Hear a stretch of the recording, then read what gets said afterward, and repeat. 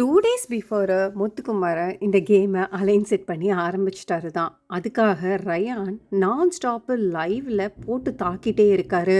Over confidence எல்லாம் okay தான். Ticket finale win பண்றது கூட ஓகே தான். கேமை ஒரு கோட்பாடோட இப்படிதான் விளையாடணும் அப்படி இருக்கிறவங்கள அப்படிலாம் விளையாடக்கூடாது, இப்படி அடிச்சு விளையாடலாம்னு சொல்லிட்டு தான் ரயானோட மூவ் இருந்தது. இந்த ட்ரம் டாஸ்க்கு ஸ்டார்ட் பண்றதுக்கு முன்னாடி போய் முத்துக்குமார் கிட்ட போய் கேட்கிறாரு, நம்ம 3 பேரும் சேர்ந்து விளையாடலாமான்னு சொல்லிட்டு. அவருக்கு தெரியும் இவரை அடிச்சு காலி பண்ணிடுவாங்கன்னு சொல்லிட்டு, ஏன்னா இவர் தான் டாப்ல இருக்காருன்னு. ஸோ அதெல்லாம் ஓகே. ஆனா இப்போதைக்கு பாத்தீங்கன்னா லைவ்ல அன்ஃபேர் ஃபேர்ன்னு சொல்லிட்டு கொண்டுட்டு வராரு. 6 பேர் சேர்ந்து 3 பேரை தாக்குறது சரியே கிடையாதுன்னு சொல்லிட்டு டிபேட் பண்றாரு.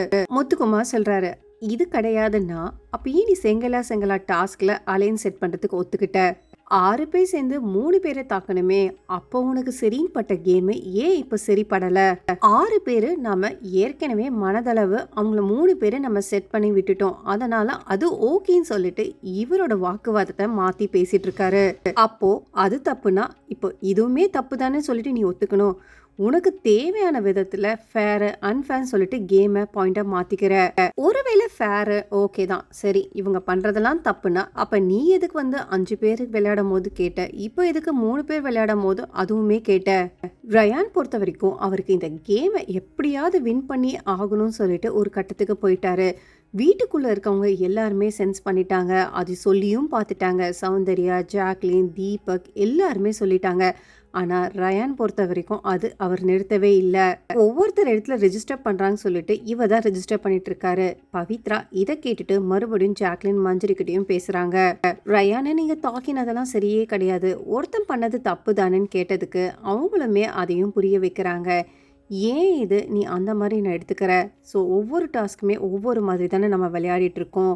முத்துக்குமாரும் தீபக்கும் செங்கலா டாஸ்க்ல 2 பேரா தான் விளையாடிட்டு இருந்தாங்க. அப்போ எல்லாருமே சேர்ந்து தாக்குனாங்க. அலைன்ஸ் மட்டும் செட் பண்ணலன்னா அன்னைக்கு இவங்கள அடிச்சு தும்சா பண்ணியிருப்பாங்க. ரயானுமே அன்னைக்கு நடந்த டாஸ்க்ல அவங்க டீம் சேவானா போதும், கல்லு எடுத்தா போதும் சொல்லிட்டு ஒரு மாதிரி விளையாடிட்டு இருந்தாரு. இப்பயுமே ஒவ்வொருத்தர் ஒவ்வொரு ஸ்ட்ராட்டஜி போட்டு தான் விளையாடிட்டு இருக்காங்க. அதுதான் ஜாக்லினும் சொல்லி புரிய வைக்க பாக்குறாங்க, மஞ்சரியும் புரிய வைக்க பாக்குறாங்க. அவன் வார்த்தைய பயங்கரமா விடுறான். கேம்னு இறங்கிட்டான், ஓகே அந்த கேமை எப்படியா அடிச்சு விளையாடி ஜெயிக்கணும்னு சொல்லிட்டு ஒரு மாதிரி விளையாடிட்டு இருக்கான். ஆனா தீபக் பொறுத்த வரைக்கும் அவர் இந்த கேமை நல்லாவே வாட்ச் பண்ணிட்டு வந்துட்டு இருக்காரு. ஒவ்வொருத்தர் விளையாடுறதுமே நல்லாவே கண்காணிப்பா பார்த்துட்டு தான் வந்துட்டு இருக்காரு. ரயான் கிட்ட போய் டைரக்டா சொல்றாரு, நீ பேசுறது தப்பு, உனக்கு வேணும்னா அதை மாத்திக்கிற, உனக்கு வேண்டானா அதை நீ மாத்திக்கவும் மாட்டேங்கிற. 3:3ன்னு சொல்லிட்டு நீ தானே இவங்களோட கேம் அலைன்ஸ் பேச வந்த, அது நியாயம்னா இதுவுமே நியாயம் சொல்லிட்டு அவருமே முடிக்கிறாரு.